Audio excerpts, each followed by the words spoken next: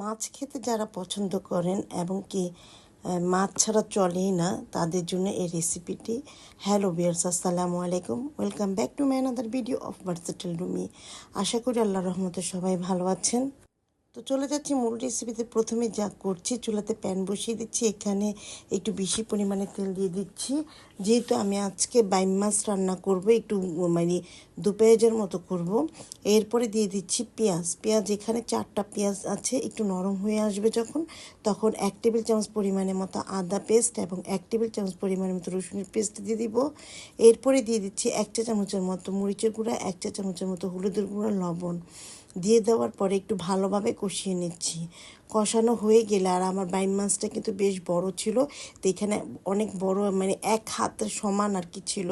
তো বড় বাইম মাছটা কিন্তু খেতে অসাধারণ। আপনারা একদিনে অবশ্যই এটা ট্রাই করে দেখবেন। তারপরে এরকম পিস পিস করে নিয়েছি, আর আমি স্কিনটা ফেলে দিয়েছি। এরপরে মাছটা দিয়ে দিয়েছি কষানো মশলার মধ্যে। দিয়ে দেওয়ার পরে একটু ভালোভাবে কষিয়ে নিতে হবে। যে কোনো মাছ বা তরকারি হোক, বেশি ভালো করে কষালে খুব ভালো হয়।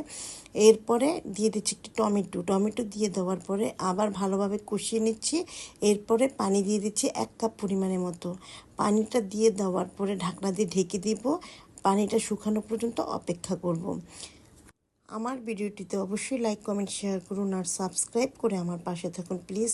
আপনাদের সাবস্ক্রাইবের মাধ্যমে কিন্তু আমাকে অনুপ্রেরণা যোগাবে। আর আমার কলিজার আপু আর ভাইয়ারা যারা আমাকে সাবস্ক্রাইব করে এ পর্যন্ত এগিয়ে নিয়ে এসেছেন, তাদেরকে অসংখ্য ধন্যবাদ আমার পক্ষ থেকে। এরপরে যখন পানি কমিয়ে আসবে, এরকম মাখা মাখা হয়ে যাবে, কাঁচামরিচ দিয়ে দিচ্ছি এবং কি জিরা গুঁড়া। জিরাটা কিন্তু আমি একটু বেশি পরিমাণে দিয়েছি, আপনার ইচ্ছে করলে কষানোর সময় দিতে পারেন। তবে আমার রান্নাও শেষ, দেখুন সুন্দর একটা কালার এসেছে। আজ এ পর্যন্ত সবাই ভালো থাকুন, ধন্যবাদ।